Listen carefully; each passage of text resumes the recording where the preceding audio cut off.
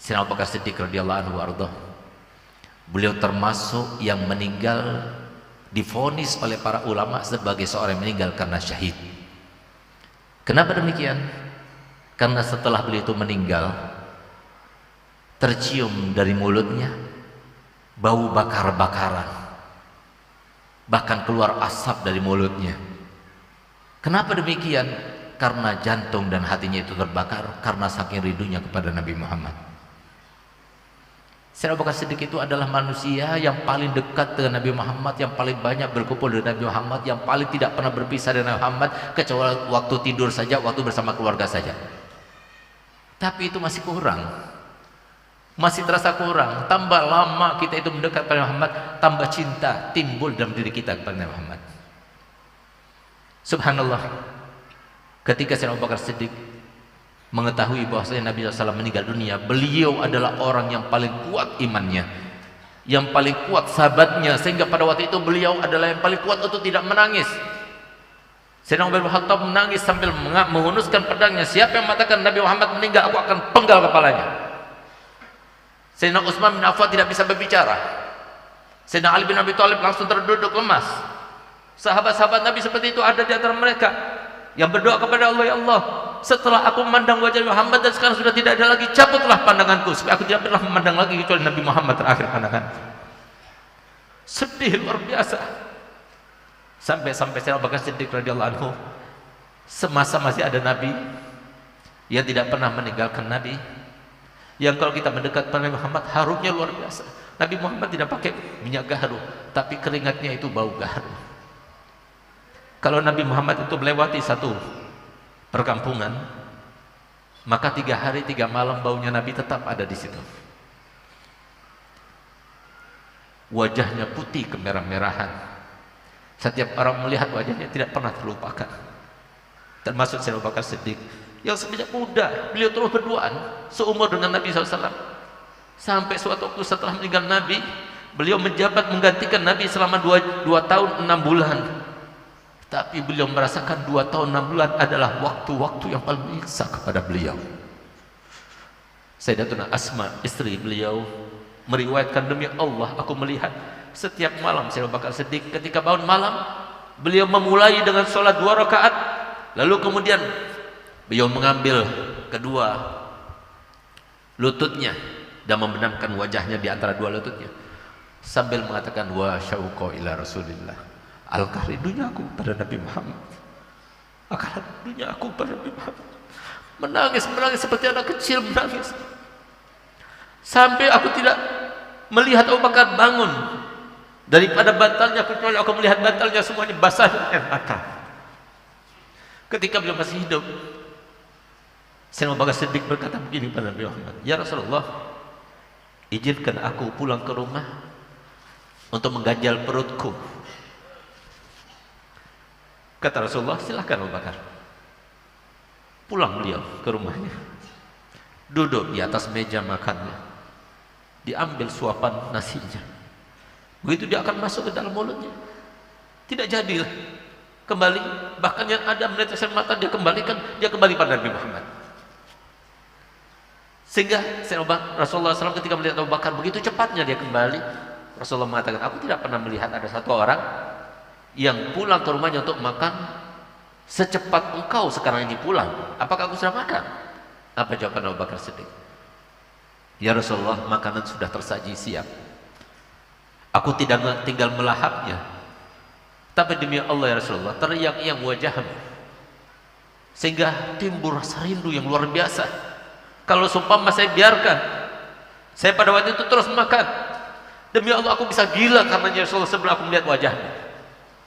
Itulah cintanya sahabat Nabi pada Nabi SAW. Kita lihat Sayyidina Bilal bin Rabah, juga termasuk orang yang selalu dekat dengan Nabi Muhammad, muazzinnya Nabi Muhammad SAW. Setelah Nabi SAW meninggal, tidak mampu beliau mengundangkan azan lagi. Kenapa? Setiap kali kumandangkan azan, setiap kali itu pula teriang-iang wajah kekasihnya Nabi Muhammad, sehingga beliau tidak mau azan. Setelah berapa bulan Beliau di Madinah, maka kemudian beliau meminta izin pada Abu Bakar Siddiq. Abu Bakar, izinkan aku untuk pergi dari keluar Madinah. Aku ingin pergi ke Syam. Kata Abu Bakar, ya, ya Bilal, tempat di situ banyak kenangan bersama Nabi. Tempat engkau selalu berjumpa dengan Nabi, engkau akan tinggalkan? Apa jawaban Bilal? Justru karena itulah aku akan meninggal Madinah. Aku punya tanggung jawab. Aku punya istri dan anak-anak, mereka harus makan. Aku selama di Madinah aku tidak bisa makan. Bagaimana aku bisa mencari kerja? Setiap aku pergi ke sana kemari, selalu yang terpampang wajah Nabi Muhammad. Izinkan aku. Tapi wahai Bilal masih carikan alasan. Kenapa? Abu Bakar tidak mampu untuk berpisah dengan Bilal, karena Bilal itu adalah salah satu daripada dicintai oleh Nabi Muhammad. Sehingga saya Bilal berkata begini, Abu Bakar, kamu memerdekakan aku karena Allah atau karena dirimu yang ingin memerdekakan? Kalau semua karena Allah, maka lepaskan aku, izinkan aku. Karena diancam seperti itu, maka kemudian diizinkan. Subhanallah, 1 tahun Sayyidina Bilal berada di Syam dan kemudian meninggal dunia, sekarang dimakamkan di Palestina.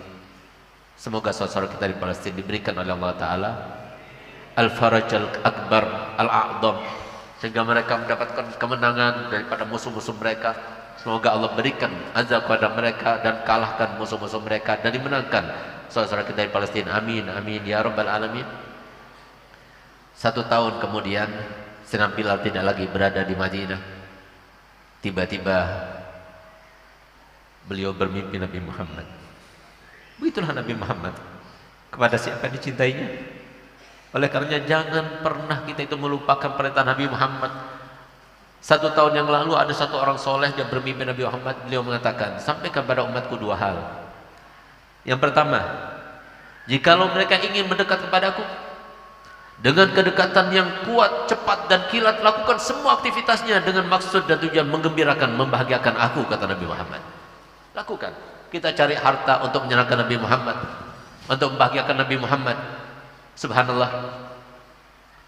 Apa kata Nabi Muhammad dalam mimpi Sayyidina Bilal? Ya Bilal, ma hadzal jafa? Ama qad ana lak an tazurani? Wahai Bilal, ada apa ini kekakuan ini? Kekerasan hati ini? Apakah aku tidak rindu kepadaku? Sampai 1 tahun engkau lama tidak berziarah kepadaku. Bangun dari tidurnya dalam keadaan menangis. Kalau tidak, Rasulullah, aku rindu kepadamu. Aku rindu. Tengah malam juga dia bilang kepada istrinya, siapkan kendaraanku, siapkan kudaku, siapkan bekalku. Maka di saat itulah dia larikan kudanya sekencang-kencangnya sampai dalam waktu yang biasanya ditempuh dalam waktu yang lama, dalam waktu yang singkat sudah sampai ke Madinah. Dari saking rindunya Sayyidina Bilal, sepanjang jalan beliau menangis, ingat pada Nabi SAW, sampai didatangi oleh Nabi, dia merasa bersalah. Subhanallah. Begitu beliau sampai ke Madinah, langsung menuju ke makam Nabi. Kemudian dia tidur dan memeluk pusara Nabi, menangis sejadi-jadinya pada saat itu. Ya Rasulullah, aku rindu kepadamu. Aku sudah teriaknya wajahmu. Maafkan aku sampai kau datang kepadaku.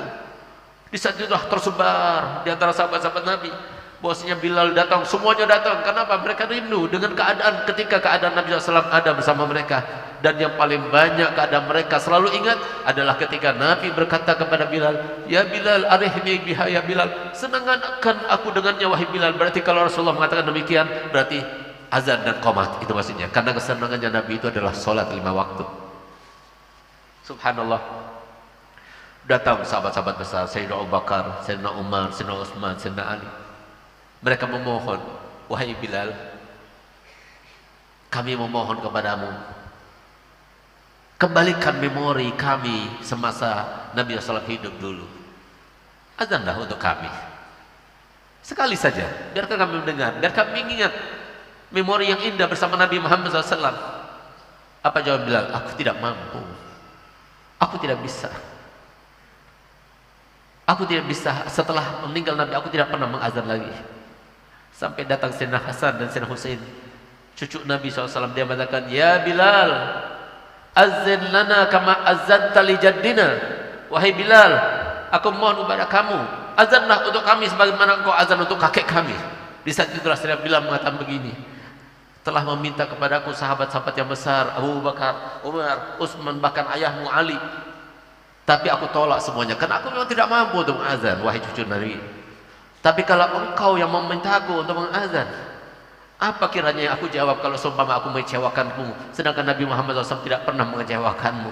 Aku sering melihat ketika datukmu sholat, kamu berada di atas punggungnya, Nabi lamakan sujudnya karena ingin menyenangkan kamu. Bagaimana kiranya kalau sekarang ini aku tolak kamu permintaanmu? Maka karena yang meminta adalah cucunya, maka beliau azan. Ketika beliau azan, maka semua kaum muslimin keluar dari rumahnya. Mereka menangis seperti Abu Isa Nabi SAW. Apakah dibangkitkan lagi Nabi SAW? Semuanya.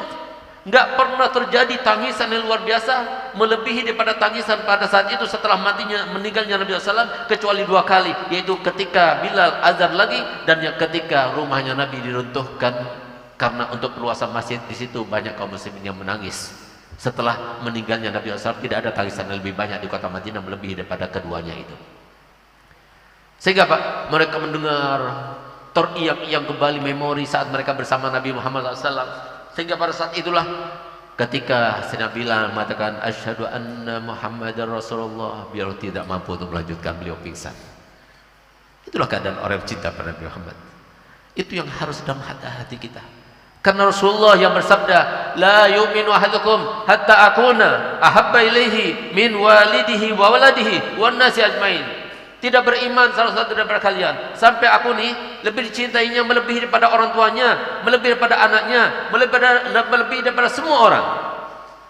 Subhanallah, pertama kali yang mengomentari hadis Nabi SAW tersebut adalah Syekh Umar bin Khattab, karena beliau selalu berlomba-lomba dengan Syekh Abu Bakar Siddiq untuk yang pertama dalam hati Nabi Muhammad, untuk yang pertama menyenangkan Nabi Muhammad, untuk yang pertama membahagiakan Nabi Muhammad. Sehingga beliau katakan, ya Rasulullah, aku rasakan engkau ya Rasulullah lebih aku cintai melebihi daripada ayahku, melebihi dari anakku, melebihi dari semua orang kecuali diriku saja, tidak melebihi. Apa kata Rasulullah? La ya Umar, laisa hakadha sya'nul mu'min ya Umar. La yu'min, wallahi demi Allah, la yu'minu ahadukum, tidak beriman salah satu daripada kalian hatta akuna ahabbu ilaihi min walidihi wa waladihi wa nasi ajmain wa min nafsi allati baina jambai. Tidak beriman salah satu daripada kalian sampai aku nih lebih dicintai melebihi daripada orang tuanya, melebihi daripada anaknya, melebihi daripada semua orang, melebihi daripada semua manusia, bahkan melebihi daripada dirinya sendiri. Akhirnya menundukkan kepala Sayyidina Umar. Lalu kemudian dia mengangkat kembali, ya Rasulullah, al-an, sekarang nih aku mendapati diriku melebihi mencintaimu melebihi daripada cintaku kepada diriku sendiri. Baru Nabi SAW mengatakan, al-an ya Umar, al-an ya Umar, al-an ya Umar. Kapan Rasulullah mengatakan demikian untuk kita semuanya? Kapan Rasulullah akan mengatakan al-an ya fulan, baru sempurna keimanan kamu? Sampai kapan? Apa yang kita cintai? Dunia yang sudah dijamin Allah Ta'ala sebelum kita lahir sudah ada itu hitungannya. Itu yang kita cintai? Sesuatu yang sia-sia belaka. Tapi Nabi Muhammad yang harusnya ada ketika bersemayam dalam hati kita, maka yang ada semua dunia akan tunduk kepada kita. Tapi justru itu yang kita lupakan. Oleh karenanya, ayo sama-sama kita hidupkan umat kita dengan sejarahnya Nabi Muhammad.